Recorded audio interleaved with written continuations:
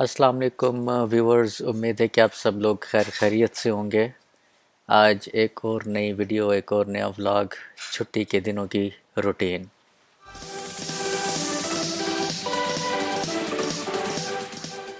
आजकल कोरोना की वजह से यहाँ पे छुट्टियाँ बहुत ज़्यादा हैं। कोरोना का जो प्रॉब्लम ख़ास तौर पे हमारे इलाके में और ज़्यादा बढ़ चुका है। तो बस ये सुबह सुबह उठ के तो उसके बाद ये विंडो खोल के आपको बिलाल ये बाहर खेलता हुआ नज़र आ रहा है और ग्रीनरी देख के, ग्रास देख के और भी मज़ा आता है। तो मैं भी नीचे जाता हूँ। छुट्टी वाले दिन सुबह सुबह जाग के तो पहला काम यही होता है कि मुंह हाथ धो के तो इंसान ज़रा बाहर निकलता है।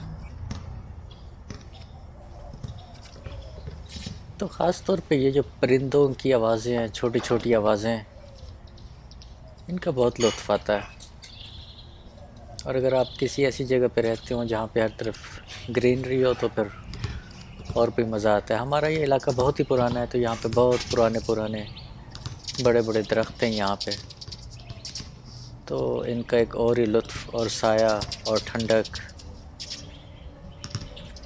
और ख़ास तौर पे जो सुबह का मंज़र होता है या शाम का मंज़र, ये बहुत ही खूबसूरत होता है, बहुत ही पीसफुल होता है। अभी बिलाल अकेले ही खेल रहे हैं, बाकी सारे लोग या तो सो रहे होंगे, तो बाद में कुछ देर के बाद वो भी आ जाते हैं। तो बिलाल अच्छी खासी एक्सरसाइज करता है यहाँ पे, तो ये एक इसकी अच्छी बात है। अपने शूज़ वगैरह प्रॉपर पहन के आता है ताकि स्लिप ना हो।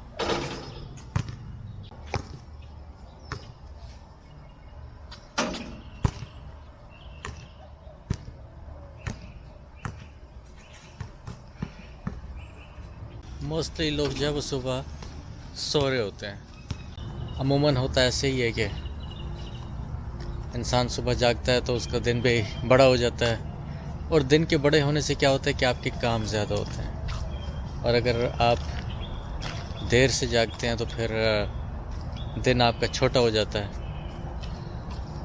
और ज़ाहिर है कि अगर दिन छोटा हो जाए तो फिर आपके जो काम हैं वो उतने नहीं हो सकते जो कि एक ज़्यादा टाइम में हो सकते हैं, क्योंकि टाइम ही नहीं होता तो आप क्या कर सकते हैं, बहुत ही कम होता है। और इंसान दूसरा फिर सोचता भी बहुत ज़्यादा है कि अब मैं क्या करूं, कुछ समझ भी नहीं आती। तो सुबह उठ के एक यही होता है कि बंदा बाहर निकलता है, थोड़ा सा फ्रेश हो जाता है, उसके बाद आपके जो मसल्स हैं वो थोड़े खुल जाते हैं।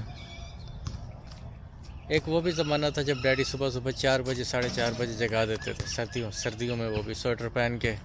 एक ग्रीन कलर का स्वेटर होता था डैडी का, और एक ग्रीन कलर के शूज़ भी होते थे डैडी के, बग़ैर तस्मे वाले।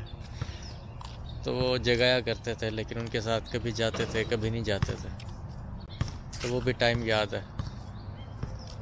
तो वहाँ पे जाके वो बोसन रोड कॉलेज का एक छोटा सा ग्राउंड होता था, गोल सा, तो वहाँ पे जाके और चप्पलें उतार के, जो भी शूज़ पहने हुए हैं, जो भी चप्पलें पहनी हुई हैं वो उतार के, तो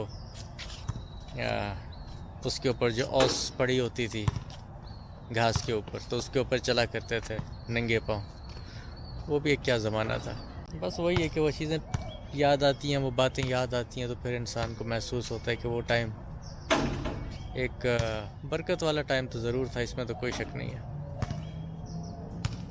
जब फ़िक्रें आपको बहुत कम थी, वसाइल भी कम थे और फ़िक्रें भी कम थी। और अब जैसे जैसे आपके पास वसाइल बढ़ गए हैं तो मसाइल बहुत ही ऊपर चले गए हैं। कम सोचा जाए, कम वो किया जाए अपनी आसाइशात को, तो फिर ज़िंदगी जो है वो बहुत आसान होने के चांसेस होते हैं। तो ये बिलाल सुबह सुबह आ जाता है अपना पानी लेके, तो फिर एक्सरसाइज भी हो जाती है और टाइम भी अच्छा गुजर जाता है। कुछ और भी यहाँ के नेबर्स हैं, वो भी आ जाते हैं।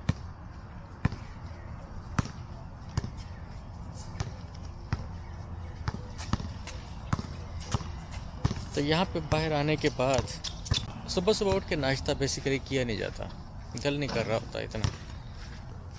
और जब आप बाहर निकलते हैं, डैडी का भी यही होता था ना कि जब वापस आते थे तो फिर उनको अम्मी रोटी पका के देती थी, तो वो चलते फिरते कभी किचन के आसपास और कभी बाहर सेन में चलते फिरते खा लिया करते थे।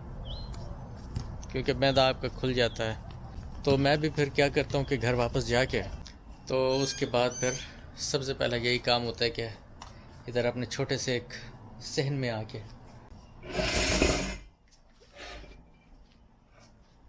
टेबल वगैरह कुर्सियाँ ये सारी चीज़ें ये सेट की और ज़रा अच्छा लगता है, एक माहौल खूबसूरत सा बना हुआ, सेटिंग ठीक की हुई। तो उससे फिर ज़रा थोड़ा सा फिर ये जो पौधे हैं इनको मेरा सबसे पहला काम होता है कि इनको पानी देना।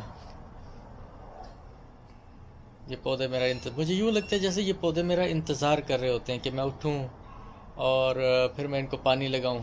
और अगर कभी इनको मैं ज़्यादा देखना शुरू कर दूँ तो मुझे यूँ लगता है जैसे इनको प्यास लगी है, तो ये वेट कर रहे होंगे, तो मैं इनको इंतज़ार ना करवाऊँ और इनको जो है वो पानी दूँ। इसका यही होता है कि ये बस एक गन शेप है और इसको ट्रिगर दबाने से ज़ाहिर है कि वो पानी निकलना शुरू हो जाता है। पानी देने का बहुत ही मज़ा आता है। ये जो अपने सहन में मैंने ये ईंटें और ये लगवाई थी ना सारी, तो मेरा सबसे पहला और सबसे मेरी जो जहन में जो बात थी ना वो यही थी कि सुबह सुबह उठ के इनको पौधों को एक तरतीब से लगा हुआ देख के तो खुशी होगी।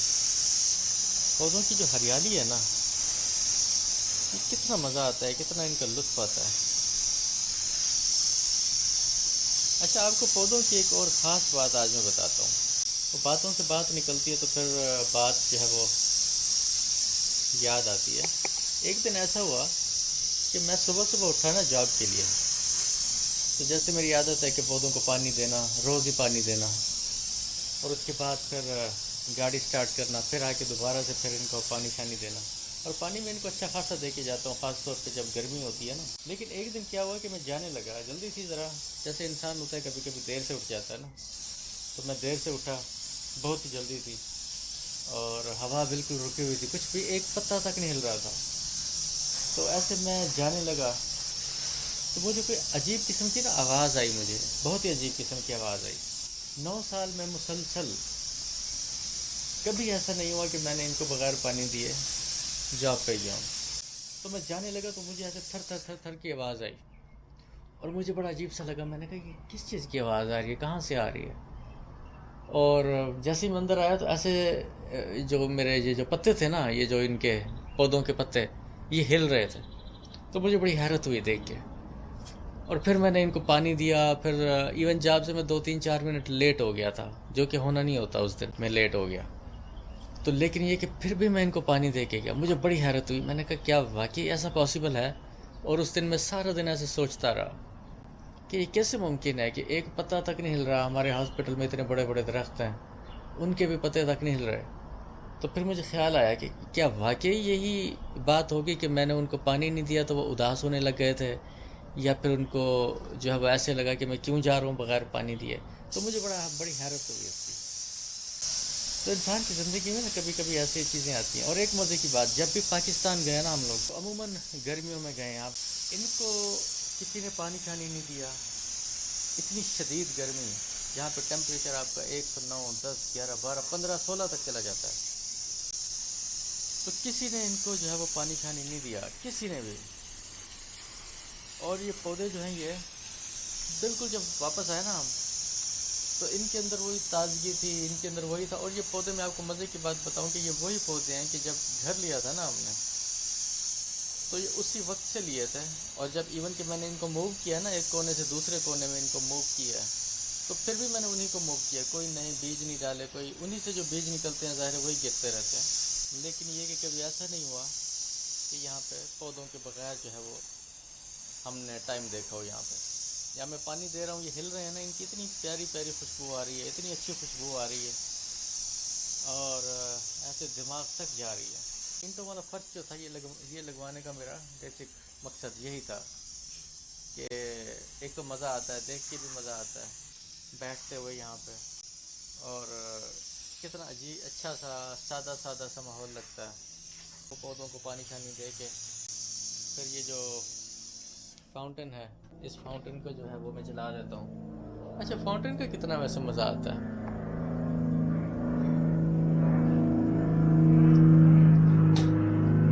इसको चलाने से ये होता है कि पानी की एक जो आवाज़ आती है और फिर वो चलता रहता है। तो गर्मी में भी बंदा बैठा हो ना तो ऐसे लगता है कि जैसे किसी ठंडी जगह पे इंसान बैठा है। क्या है कि पानी की आवाज़ भी अच्छी लगती है और मौसम भी जो है वो आपका अच्छा हो जाता है। इवन सर्दियों में भी मज़ा आता है, ये नहीं कि सिर्फ गर्मियों में मज़ा है, सर्दियों में भी बहुत इसका एक लुत्फ़ है इसका। बल्कि मेरे मेरे देखा देखी यहाँ पे जो मेरे दोस्त हैं ना, तो उन लोगों ने भी फिर लिए थे ये चीज़ें। जब इंसान देखता है ना किसी चीज़ को इस्तेमाल होता हुआ, सिर्फ बातें सुनने से ना कुछ होता नहीं है। असल में कहते हैं ना, आमाल से, आमाल के असरात होते हैं, बातों के असरात नहीं होते, सिर्फ और सिर्फ आमाल के असरात होते हैं। उन्होंने आके देखा, उन्होंने यहाँ पे बैठे बारबेक्यू किया हमने, तो उन्होंने कहा यार ये तो अच्छी चीज़ है, हम भी लगवाएं तो उन्होंने भी फिर जो है वो ले लिया। तो इसका बड़ा मज़ा आता है, एक लुत्फ़ आता है इसका।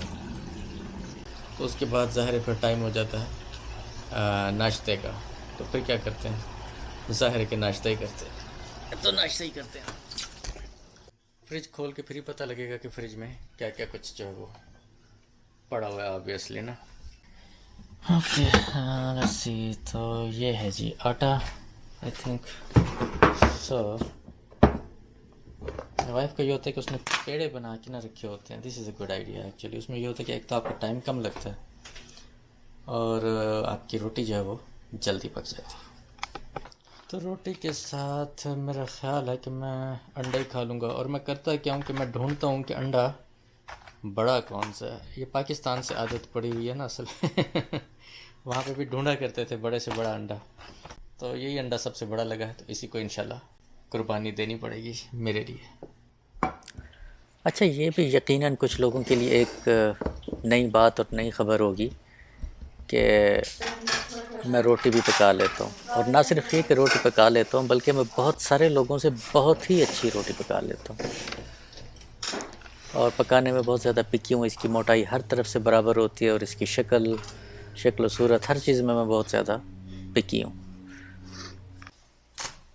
ये देखें, ये मज़ेदार सी हर तरफ से बराबर, रंग भी इसका हर तरफ से बराबर। और कहीं पे अगर रंग इसका बराबर नहीं आता तो फिर मैं इसको ऊपर नीचे करके तो वो बराबर करता हूँ।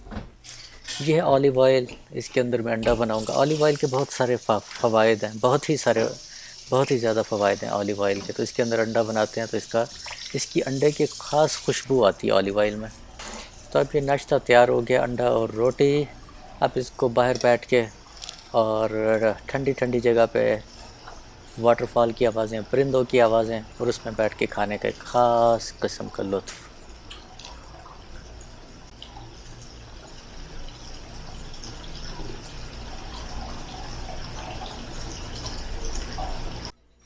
और अमूमन एक अंडा बनाने के बाद थोड़ी सी रोटी बच जाती है तो उसको फिर मैं अचार से खा लेता हूँ।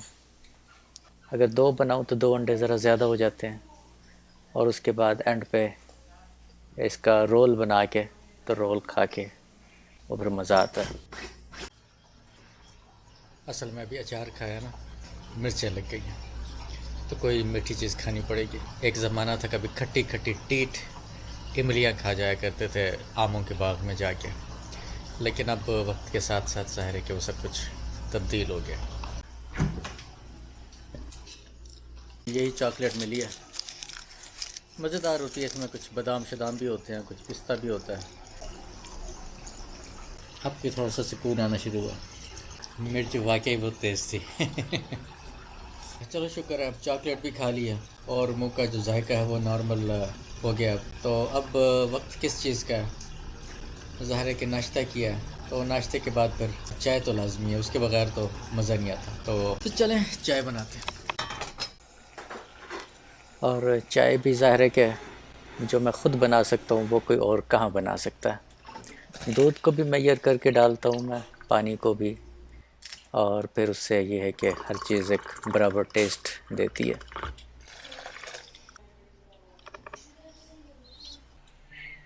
उसके बाद ये इलायची, और उसके बाद ये चाय जो है ये रेडी हो गई। अपनी वाइफ के लिए मैं चाय निकालूंगा पहले बग़ैर चीनी वाली, क्योंकि वो चीनी नहीं पीती चीनी के साथ। और ये 2 कप बन गए। तो मेरे वाला कप जो है वो थोड़ा सा ज़्यादा है और वाइफ़ का थोड़ा सा कम रह गया, लेकिन मैं वाइफ़ को नहीं बताऊंगा।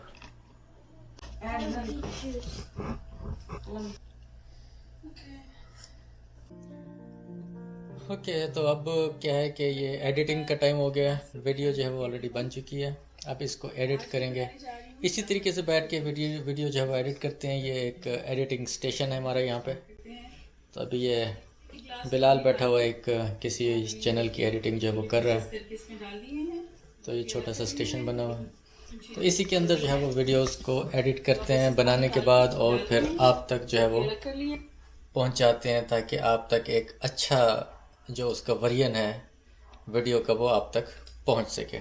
हाँ, तो इसके साथ ही मुझे इजाज़त दीजिए। बहुत सारी चीज़ें जो हैं वो आप तक दिखा दी हैं, आप तक पहुंचा दी हैं। और अगर पसंद आया तो इसको लाइक कीजिएगा, शेयर कीजिएगा और सब्सक्राइब ज़रूर कर लीजिएगा, ताकि आप तक मज़ीद आने वाली वीडियोस जो है वो पहुंचती रहें अगर आप चाहते हैं तो इंस्टाग्राम पे भी आप फॉलो कर सकते हैं अगर चाहें तो, ABA फैमिली ऑफिशियल। और जो भी कोई नई वीडियो आती है तो वहाँ तक उसका लिंक डाल देते हैं ताकि आप तक पहुँच सके। तो इसके साथ ही इजाज़त दीजिए। आज के व्लॉग से मिलते हैं किसी और नए दिन नई वीडियो में। तब तक के लिए यूसुफ चौधरी को इजाज़त दीजिए। अपना बहुत सारा ख्याल रखिएगा। इंशाल्लाह मिलते हैं नेक्स्ट वीडियो में। तब तक के लिए अल्लाह हाफ़िज़।